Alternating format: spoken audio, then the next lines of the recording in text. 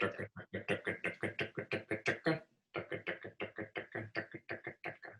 like I haven't seen you in so long. Hi, brother. I know, it's been a few weeks. I appreciate seeing you review Bill and Ted and all of its excellence. This is a good week this week because we have Labor Day coming up, and I'm sure all of the people want to know what should they be watching with their 3-day vacation. So do you have any recommends? So there's a new movie coming out tomorrow, Friday, and it's called Robin's Wish. It's a documentary about the beloved late Robin Williams. So the way that this differentiates itself from all of the other docs about Robin Williams, rather than being a broad story of his career and all of his amazing work that he's done, this specifically focuses on the last section of his life where he was battling Lewy body dementia, which is a form of Parkinson's that actually wasn't even diagnosable at the time that he started experiencing these symptoms. Being misdiagnosed, things weren't showing up on brain scans. He started having these effects of paranoia, of anxiety, of body tremor, of mental deterioration, and it's really, really sad. The story is presented largely by Robin Williams' widow. All of the things surrounding his death became so, unfortunately, tabloidy and just so media crazy. People weren't sure, what the reason was because it was so shocking to everyone, including his late widow. She really walks us through, the audience, what he was up against, and it really contextualizes just, why he decided to take his life. Sean Levy, the director of The Night at the Museum, is also a part of this movie. He speaks so eloquently about Robin Williams. Just a little story on that. Sean Levy did reveal that in that third and final Night at the Museum film, that he and the cast and crew could unfortunately start to see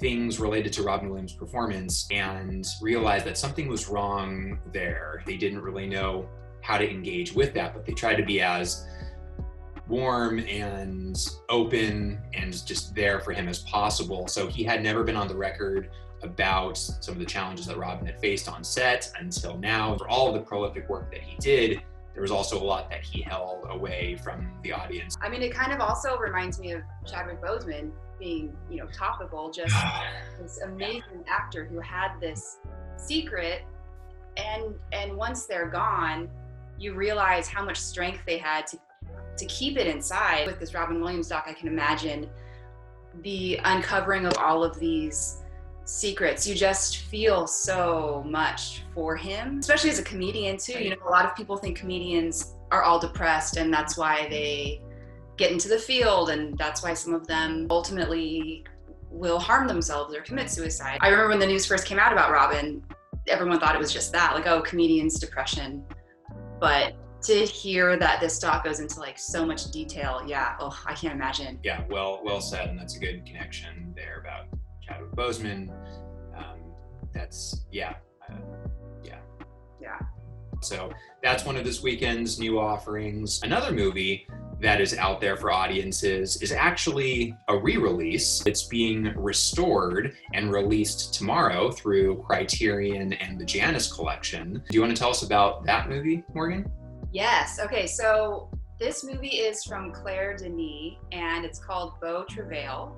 And we both watched it yesterday, and I've been waiting for this call because the final scene, I just was like,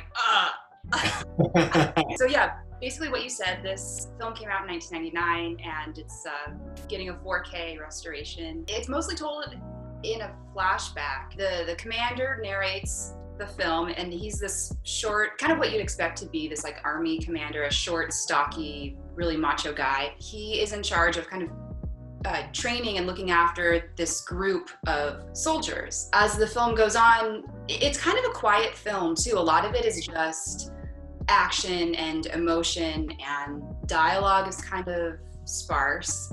And it's French.